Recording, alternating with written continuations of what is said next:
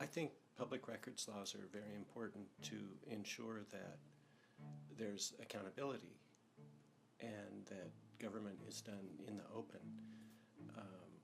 When government operates in secret, I think there's a stronger possibility of corruption and abuse of power and waste of taxpayer dollars. And so I think it's very important that we have public records laws that help not just journalists but any member of the public get records to try to show what the government's doing. Well, you know, the Freedom of Information Act, that's federal. And then each state has its own laws. Right. In Florida, it's called the Sunshine Law, is kind of the nickname for Florida's public record law. I appreciate that Florida does have everything open unless we vote to close it rather than the other way around. That's encouraging for the state. It's the idea that we want to take the business of the government and open it up, expose it to the sunshine so that the public has a chance to look at the records that are part of doing government business, the meetings that are part of doing government business, and give us a chance to ask questions about it.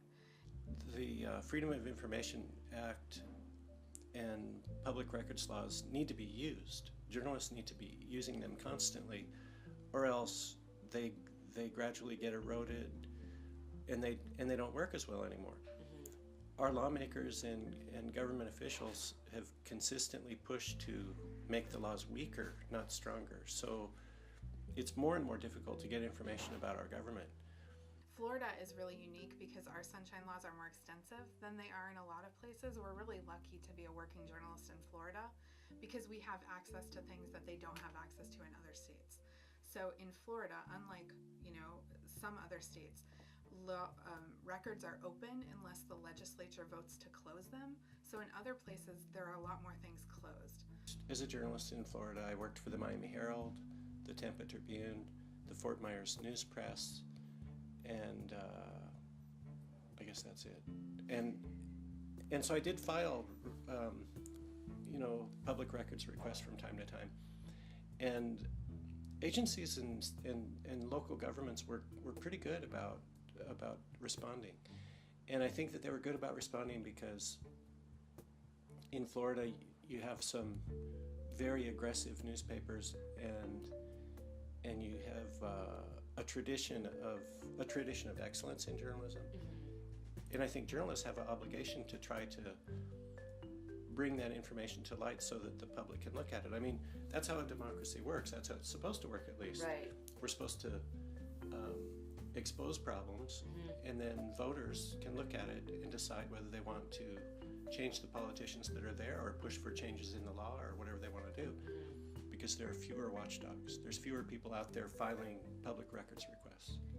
I have a lot of fear about the relationship between government officials and the media right now, especially in this media environment we have, down from the president all the way down to Rick Scott. So I don't have a specific comment about Rick Scott, but I know, both as a citizen and as a journalist, that open records are really important and the media plays such an important role that we don't want to limit their access to this information. If you've heard of the concept of the fourth estate, we have the three branches of the federal government, and then we say the fourth estate plays that checks and balances with them.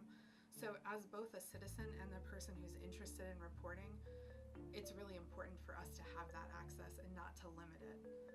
So I filed a bunch of Freedom of Information Act requests in 2010, and then I filed more in 2011, and in all I filed more than 100 requests, and I filed these with the State Department and with the U.S. Agency for International Development, and a lot of the requests were denied. In other cases, the U.S. government sent me back documents that they would redact or censor, you know, a lot of the information, so they would send me back blank pages. The agencies were pretty good in letting me know that they had received the request. But beyond that, after that, it literally took years to get an actual answer. Wow. And they would say that, well, sorry, but we have a backlog, and so this is going to take some time. And it did.